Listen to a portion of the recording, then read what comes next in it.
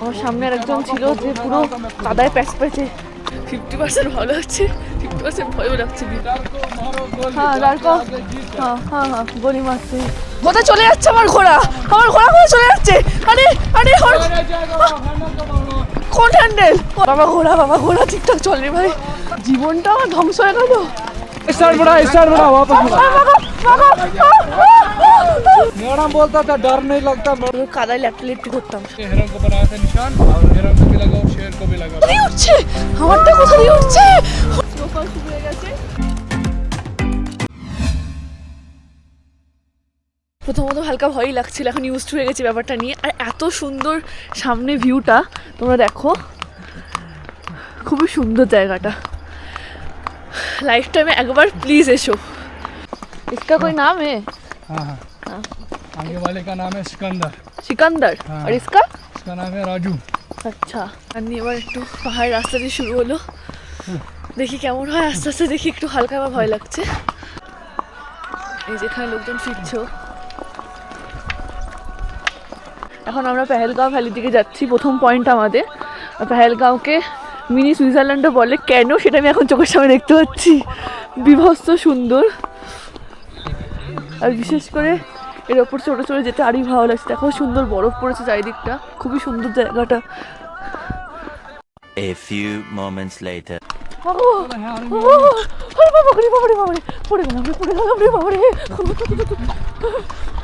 डरो मत कोई नहीं जाएगा घोड़ा।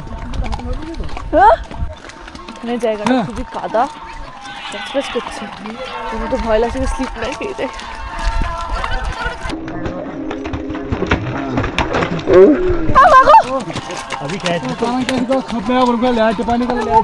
কাদা লেগে গেল আমার,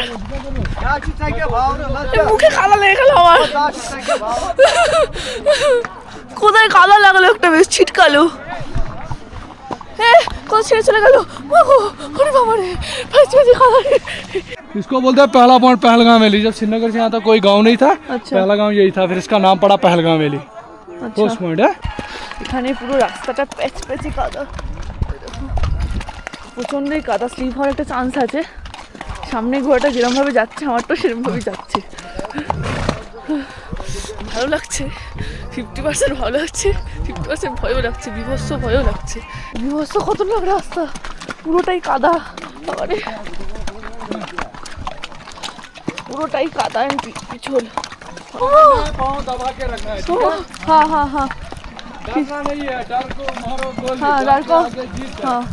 গলি মারতে। এটা কি রাস্তা? এটা কি রাস্তা?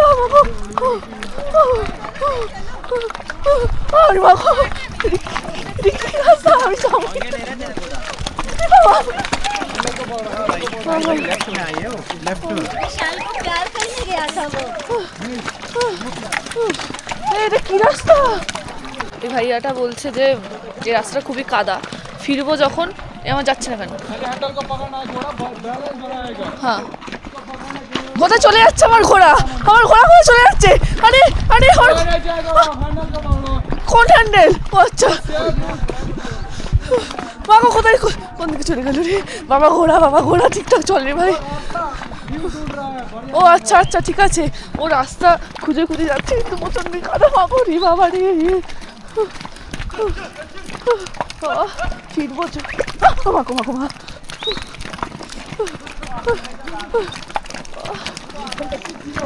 জীবনটা আমার ধ্বংস হয়ে গেল। আরে বাবা स्टार्ट बढ़ा वापस डरो मत, इतना डरो मत, चलाओ मत। क्या हुआ? কোথায় উঠে গেছিল তো? মারবে না কি গো?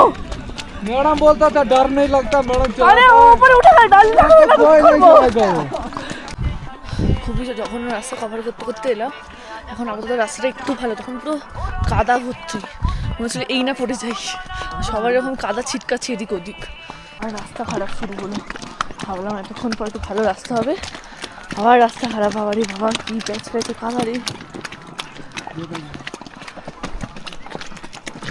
সবাই ভাগ্য বলে সাদা জামা পরে আসিনি, পুরো কাদায় ল্যাপটি করতাম সাদা জামা পরে।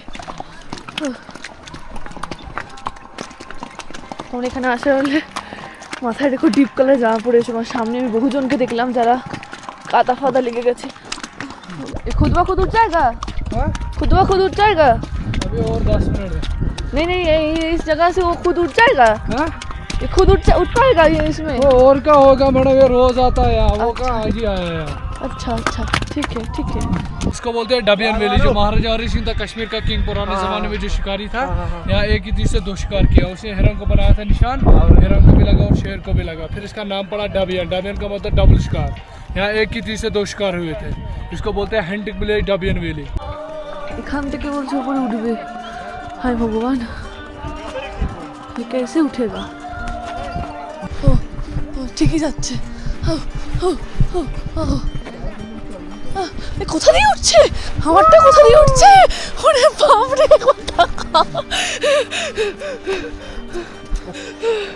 কোথা দিয়ে উঠলাম বাপরে।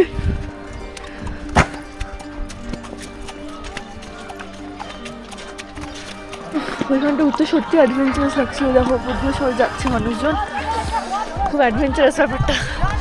লাইফ টাইম একবার তো করা উচিত।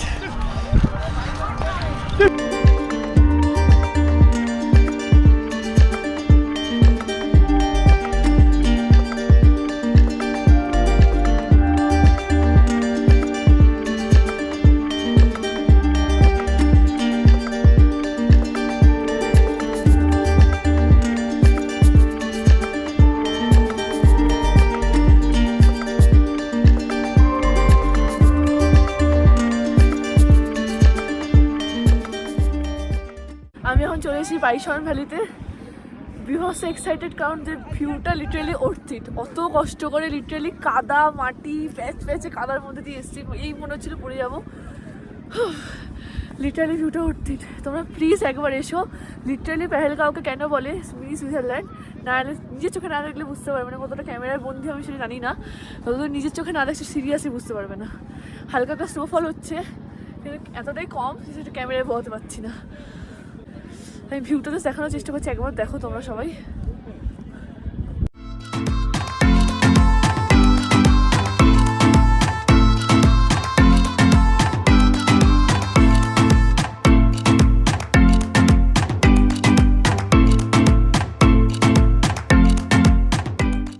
এই যে রেনবো কালার মাফলার দেখছো, এটা মা হাতে করে বানিয়ে দিয়েছে।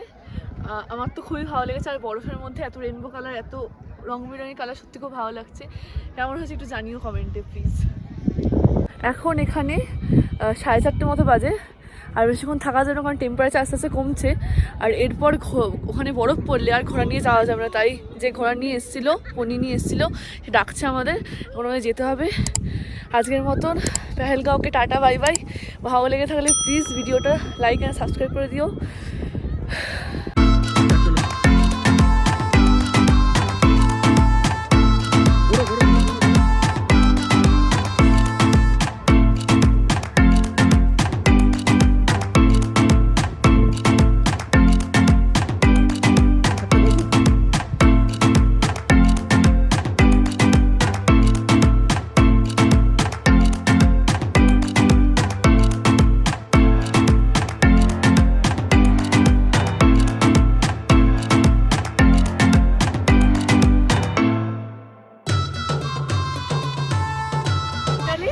আজ পেহেলগাঁও থেকে ফেরার রাস্তায় স্নোফল শুরু হয়ে গেছে, আর আমি খুবই এক্সাইটেড, কারণ এটা আমার লাইফের ফার্স্ট টাইম স্নোফল। তো দেখতেই পাচ্ছি কি ভালো লাগছে, বলে বোঝাতে পারবো না আমি কতটা এক্সাইটেড। বিভৎস ঠান্ডা লাগছে। মানে এতদিন ধরে কালকে পড়ছিল, কালকে অল্প পেয়েছি আমরা সোনমার্গে, কিন্তু দেখানো ক্যামেরার মতো দেখানো যাচ্ছিল না। আজকে দেখো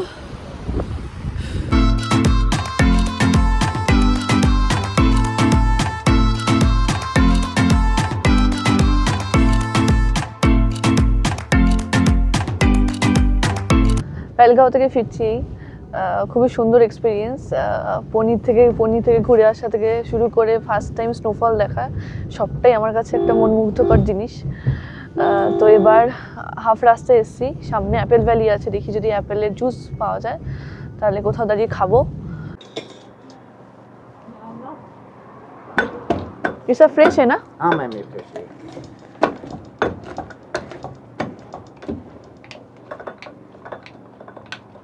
এখানে তোমরা চাইলে আচার থেকে শুরু করে অনেক কিছু আছে, এসে নিতে পারো। Thank you. খুবই মিষ্টি আর উইদাউট সুগার, কোনো সুগারও অ্যাড করা নেই, সত্যি ভালো খেতে, খুব ফ্রেশ। আজকে 6ই ফেব্রুয়ারি আমার জন্মদিন। খুবই এক্সাইটেড, কারণ প্রথমবার কাশ্মীরে এসে আমি জন্মদিন পালন করছি। আজকে পেহেলগাঁও থেকে ফিরে আসার সময় কেক নিয়ে এসেছিলাম, এখন সেলিব্রেট করছি।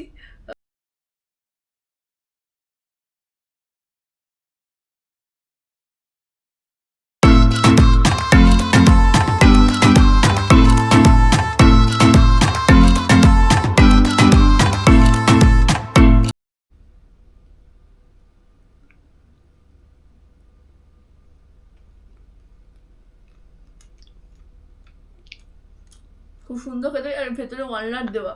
কাশ্মীরে এসে কাশ্মীরি কেক খাচ্ছি, লিটারালি এক্সাইটেড লাগছে।